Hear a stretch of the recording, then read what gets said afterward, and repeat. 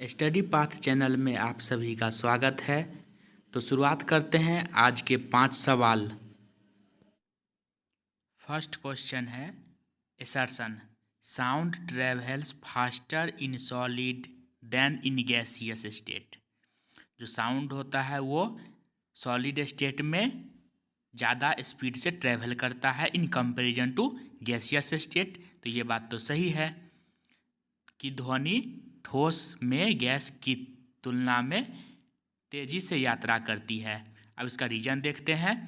Solids have closely packed particles that transmit sound waves efficiently. ठोस में कण निकटता से पैक होते हैं जो ध्वनि तरंगों को कुशलता से संचारित करते हैं। तो हम लोग पढ़े होंगे कि सॉलिड में जो पैकिंग होता है वो बहुत ही क्लोजली पैक्ड होता है इन कंपेरिजन टू लिक्विड और गैस में, इसीलिए साउंड का स्पीड सॉलिड में सबसे ज़्यादा होता है।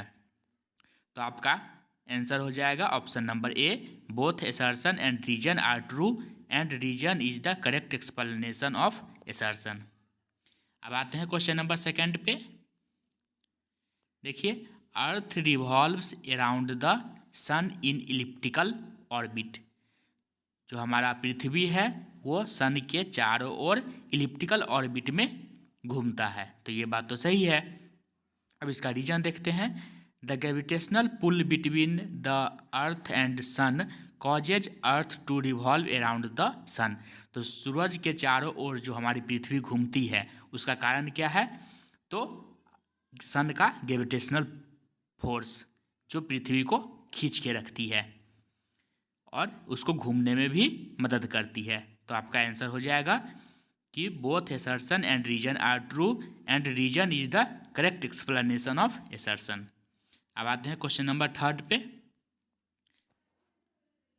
तो असर्शन है फ्रिक्शन इज नेसेसरी इविल। घर्षण जो है एक आवश्यक बुराई है। तो इसमें स्टेटमेंट में दिया हुआ है यहाँ पे बुराई के बारे में, लेकिन हम जानते हैं कि फ्रिक्शन क्या होता है? अच्छाई भी होता है और बुराई भी होता है, मतलब बुरा भी होता है और अच्छा भी होता है। तो ये दोनों स्टेटमेंट अपने आप में सही होता है। लेकिन यहाँ पे दिया हुआ है बुराई के बारे में, तो इसका रीजन पढ़ते हैं हम लोग। Friction helps in walking. Friction चलने में हेल्प करता है, but it causes wear and tear. किसी भी पार्ट्स को वियर और टीयर कर सकता है, उसको डैमेज कर सकता है। इसका हिंदी में थोड़ा देखिए कि घर्षण चलने में मदद करता है, यहाँ तक तो सही है, लेकिन इसका ट्रांसलेशन थोड़ा सा गलत हो गया है कि यहाँ पर वियर और टीयर का मतलब हो गया पहंडे और आंसू दे दिया है। लेकिन एक्चुअल में क्या है? किसी भी पार्ट्स को, जैसे मशीन चलता है तो उसको डैमेज कर सकता है, उसको घिस करके या फिर जैसे भी हो उसको डैमेज कर सकता है, वियर और टीयर कर सकता है। तो यहाँ पे आपका वो दोनों असर्शन और रीजन ये सही है और ये एक दूसरे को एक्सप्लेन भी कर रहा है, तो इसलिए आपका ऑप्शन नंबर ए सही हो जाएगा। अब आते हैं नेक्स्ट क्वेश्चन पे।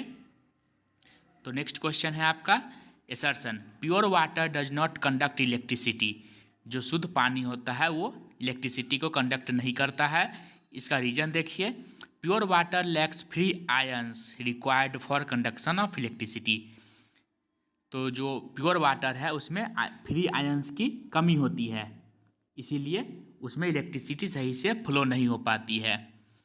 तो इसीलिए इसका रीजन सही हो जाएगा और असर्शन तो सही है ही, इसलिए आपका आंसर हो जाएगा option number A. Both assertion and reason are true and reason is the correct explanation of assertion.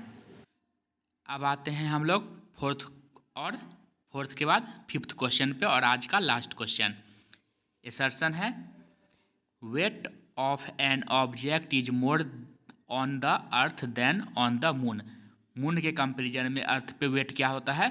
ज़्यादा होता है। किसी भी वस्तु का भार अर्थ पे ज़्यादा होता है मून से। इसका रीजन देखिए। The force of gravity on the moon is 1/6 that of the earth. तो अर्थ के कंपेरिजन में मून पे ग्रेविटी कितना होता है? 1/6 हो जाता है, इसीलिए इसका यहाँ पे वेट भी 1/6 हो जाएगा, क्योंकि फार्मूला हम जानते हैं वेट का क्या होता है? F=mg। अगर g ग्रेविटी ही अगर 1/6 हो जाएगा तो वेट भी कम हो जाएगा, इसलिए आपका ऑप्शन नंबर ए सही हो जाएगा। Both assertion and reason are true and reason is the correct explanation of assertion.